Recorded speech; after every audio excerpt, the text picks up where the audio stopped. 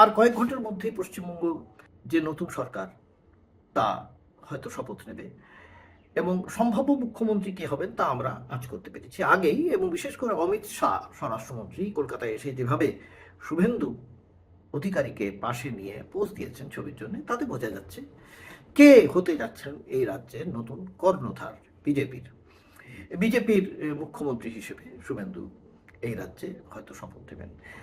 আমি প্রথমে কিন্তু তার আগে একটা কথা বলতে চাইছি, যে অবস্থার মধ্যে দিয়ে নতুন সরকার গঠিত হতে চলেছে।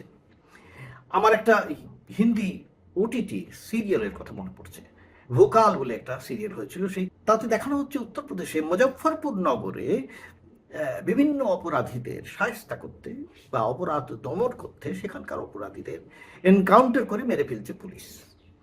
খুবই যাকে বলা হয় টান টান উত্তেজনাপূর্ণ, এবং বারবার সেখানে দেখা যাচ্ছে বেসড অন রিয়েল ইভেন্টস, মানে যাতে বুঝতে না হয় অসুবিধে যে এটা সত্যি প্রকৃত ঘটনা, আসল ঘটনা। এবং তাই নিয়ে সারা ভারতে বিভিন্ন রাজ্যে একটা হৈ হৈ চলছে, এবং পশ্চিমবঙ্গে বিশেষ করে যে এই যে যোগী মডেল, এনকাউন্টার মডেল, অপরাধীদের শায়েস্তা করতে এনকাউন্টার মডেল, সেটা এখানে কেন চালু হবে না, কেন করা হবে না, এই প্রেক্ষিতটা আমরা জানি কেন, সেই ব্যাপারেই আমি বলতে শুরু করেছি। নমস্কার, আমি গৌতম বন্দ্যোপাধ্যায়, আপনারা দেখছেন গৌতম ব্যানার্জি অফিসিয়াল। যারা আমার চ্যানেল দেখছেন তাদের প্রত্যেককে আমার অনুরোধ যে আমার চ্যানেলটাকে সাবস্ক্রাইব করুন, শেয়ার করুন, কমেন্ট করুন এবং নোটিফিকেশন আইকনটা অন করে রাখবেন। এই বিধানসভা নির্বাচনের অব্যবহিত পরে, মানে ফল বেরোবার অব্যবহিত পরেই যে ঘটনা ঘটে গেল তা যেমন মর্মান্তিক তেমনি নৃশংস। শুভেন্দু অধিকারীর আত্মসহায়ক পার্সোনাল অ্যাসিস্ট্যান্ট বলা হচ্ছে চন্দ্রনাথ রথ, তাকে খুব কাছে থেকে, ক্লোজ রেঞ্জ থেকে গুলি করে হত্যা করলো আততায়ীরা। এটা অত্যন্ত মর্মান্তিক একটা ঘটনা। একটা এত কম বয়সের একটি ছেলে, 40 থেকে 41 বছর বয়স তার, তাকে এরকমভাবে মেরে দিয়ে চলে গেল তারা। আততায়ীদের খুঁজে পাওয়া গেল না, কোথায় চলে গেল, কিভাবে চলে গেল। বাইকে করে তারা এলো, তারা এসে তাকে ক্লোজ রেঞ্জ, মানে জানলা থেকে গুলি করলো, গাড়ি থামিয়ে অন্য একটি গাড়ি এসে সেই গাড়িটা থামালো, তারপরে এই বাইকে এসে তারা হত্যা করলো, করে তারা চলে গেল, এখান থেকে পালিয়ে গেল, উধাও হয়ে গেল। পুলিশ তদন্ত হচ্ছে, সবই হচ্ছে, আমরা জানি নিশ্চয়ই কিছু বেরোবে। এই নিয়ে যা হয়, যত তদন্তের কাজ দেরি হয় তত বিভিন্ন মানুষের মধ্যে বিভিন্ন ধরনের সন্দেহ, সংশয় এই ধরনের আসতে থাকে। এর সর্বপ্রথম আসে কি, রাজনৈতিক একটা ন্যারেশন।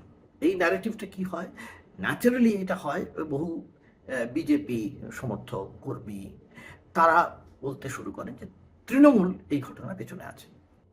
তৃণমূল সঙ্গে সঙ্গে এই অভিযোগ খারিজ করে বলেছে এই ঘটনার সিবিআই তদন্ত হওয়া দরকার এবং পূর্ণাঙ্গ তদন্তের পর প্রকৃত অপরাধীদের শাস্তি হওয়া দরকার। এবং আমরাও চাই এই ঘটনার প্রকৃত তদন্ত, প্রকৃত সত্য সামনে আসুক। তাতে যদি সিবিআই এনকোয়ারি হয় তাহলে কোর্ট মনিটর সিবিআই এনকোয়ারি হোক। যে বা যারা এর পেছনে রয়েছে, he should be behind the bars. এই ধরনের ক্রিমিনাল লুম্পেনদের সমাজে থাকার কোনো অধিকার নেই। কে ঘটনার পেছনে আছে আমরা জানি না, তদন্ত শেষ না হওয়া পর্যন্ত কিছুই বলা যাবে না।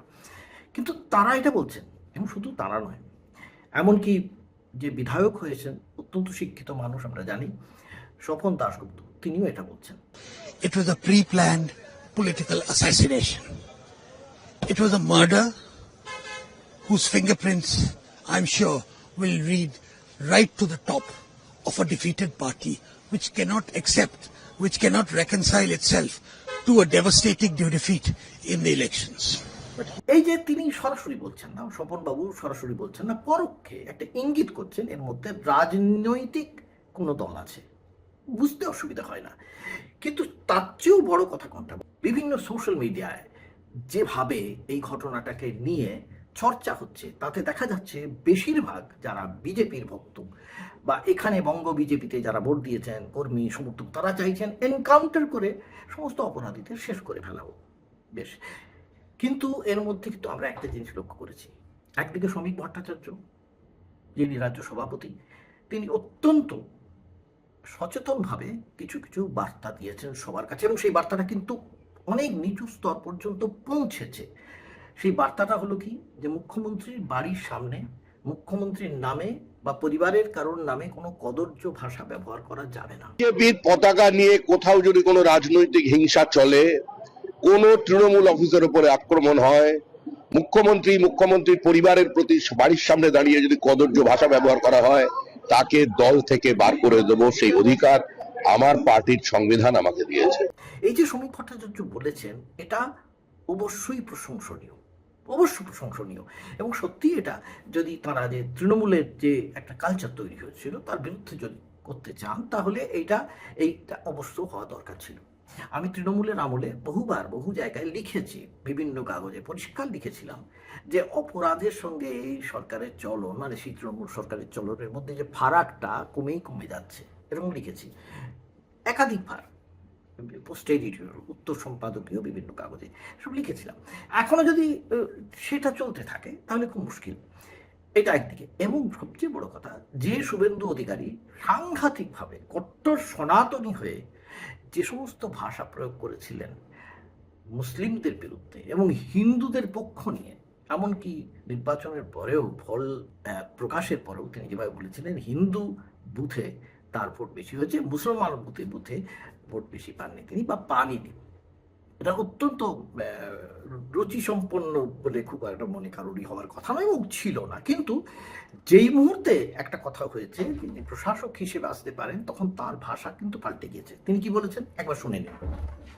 তিনি বলেছেন, তৃণমূলের প্রতি আপনাদের ক্ষোভ থাকতেই পারে, প্রয়োজনে এলাকায় তৃণমূলের পতাকা মুক্ত করুন, মমতা বন্দ্যোপাধ্যায়, অভিষেক বন্দ্যোপাধ্যায়ের ছবি, ব্যানার, পোস্টার ছিঁড়ে ফেলুন, কিন্তু ভুলেও কারোর বাড়িতে ঢুকবেন না। This is very significant, this is very important. তারপর বলেছেন কারোর বাড়িতে ঢুকবেন না কারণ সেখানে বৃদ্ধ বাবা মা মহিলারা বা ছোট বাচ্চারা থাকে, তাদের কোনো দোষ নেই। গুন্ডামি বা হিংসা ছড়ানো তৃণমূলের সংস্কৃতি হতে পারে, কিন্তু বিজেপি সেই পথে হাঁটবে না। বাংলার মানুষ আমাদের দায়িত্ব দিয়েছে সেবা করার জন্য, সেই মর্যাদা আমাদের রক্ষা করতে হবে। খুবই দামি কথা, কিন্তু মুশকিল হলো এটাই, তিনি দামি কথা বললেই যে সেটা একেবারে তৃণমূল স্তর পর্যন্ত সকলের কাছে পৌঁছে যাবে, এটা খুব একটা ভাবার মানে অবকাশ এখনো আমাদের হয়নি। কারণ বহু জায়গায় আমরা দেখেছি যে বিজেপি গিয়ে সেখানে ভাঙচুর করেছে, আগুন লাগিয়েছে, তৃণমূলের বিভিন্ন অফিস ভাঙচুর করে দিয়েছে, সাধারণ মানুষের বাড়ির সামনে গিয়েও বিভিন্ন ধরনের স্লোগান হয়েছে, চোর চোর বলা হয়েছে, চটি ছুঁড়ে মারা হয়েছে, এসব চলেছে আমরা দেখেছি এবং হচ্ছিল, খুব বেশি মাত্রায় হচ্ছিল। এবং তখন নির্বাচন কমিশন অদ্ভুতভাবে চুপ করেছিল। কেন চুপ করেছিল এই জন্য বলছি, কারণ নির্বাচন কমিশন যে দাপটের সঙ্গে বলেছিল তারা সমস্ত সামলে দেবে, বোঝা গেল তারা সামলাতে পারেনি। যদি সামলাতে পারত তাহলে এটুকু তাদের মাথায় থাকা উচিত ছিল যে শুভেন্দু অধিকারীর যিনি আত্মসহায়ক তার অন্তত কিছু সিকিউরিটি থাকার কথা। কারণ তিনি যদি সম্ভাব্য মুখ্যমন্ত্রী হন, তার যিনি পিএ আত্মসহায়ক, তার কোনো সিকিউরিটি দেখতে পেলাম না। সরাসরি এসে তাকে ক্লোজ রেঞ্জে গুলি করে মেরে দিল। এই যদি হয় তাহলে এনকাউন্টার কে কাকে করবে, ভেরি ইম্পর্টেন্ট। এইটা আপনাদের কাছে খুব জরুরি তথ্য একটা দিচ্ছি আপনাদের, কাকে করবেন আপনি এনকাউন্টার? যারা বলছেন খুব এনকাউন্টার বলে তাদের আমি কতগুলো তথ্য জানাতে চাই। আপনারা যারা যোগী মডেল করছেন, এটা যোগী মডেল নয়, বহুদিন আগের কথা। বিশ্বনাথ প্রতাপ সিং যখন উত্তরপ্রদেশের মুখ্যমন্ত্রী, তিনিও একই কায়দায় ভেবেছিলেন অপরাধীদের নির্মূল করবেন। এবারে এনকাউন্টার প্রচুর, যা জানা যাচ্ছে, আপনি যদি জানেন তাতে দেখতে পাবেন প্রায় 2000 অপরাধীকে নাকি নিকেশ করা হয়েছিল, পুলিশ নিকেশ করেছিল। কি লাভ হয়েছিল? এই এনকাউন্টারের খেলা পরেও হয়েছে, কল্যাণ সিং এর আমলেও হয়েছে, এমনকি মুলায়ম সিং এর আমলেও হয়েছে। তাতে অপরাধী কমেছে? না, কমে তো নি, উপরন্তু আরেকটা ঘটনা ঘটেছে। সেই ঘটনাটা অনেক বেশি গুরুত্বপূর্ণ। ঘটনাটা কিরকম আপনাদের বলি। হরি সিং তিওয়ারি, তিনি জেলখানা থেকে নির্বাচনে জিতলেন। জিতে তিনি কি করলেন? বিজেপি মন্ত্রিসভায়, কল্যাণ সিং মন্ত্রিসভায় যোগ দিলেন জিতে এসে, এবং কি বিজ্ঞান এবং প্রযুক্তি দপ্তরের মন্ত্রী হলেন। আহা, শুনে কেমন লাগছে না? কিন্তু শুধু সেখানে নয়, তিনি তারপরে কল্যাণ সিং মন্ত্রিসভায়, পরে তিনি রাজনাথ সিং এর মন্ত্রিসভাতেও স্থান পেয়েছেন। খুব নামি দামি জীবন কাটিয়েছেন যাকে বলা হয়। এই হচ্ছে অবস্থা, এইরকম অবস্থা চলেছে। এবারে আজকের দিনে আসি, আজকের দিনের পরিসংখ্যানটা দেখুন। পরিসংখ্যানটা হচ্ছে অ্যাসোসিয়েশন ফর ডেমোক্রেটিক রাইটস যে পরিসংখ্যানটা দিচ্ছে, তাতে তাকালে দেখতে পাচ্ছি এবারে 292 জন বিজয়ী প্রার্থীর মধ্যে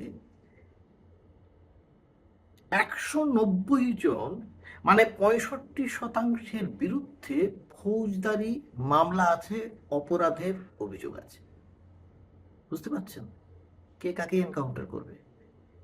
তাদের আমরা জিতিয়েছি, বিজয়ী করেছি, বিজয়ী ভব বলে পাঠিয়েছি। এবং শুধু এখানে শেষ নয়, আরেকটু যাই ভেতরে।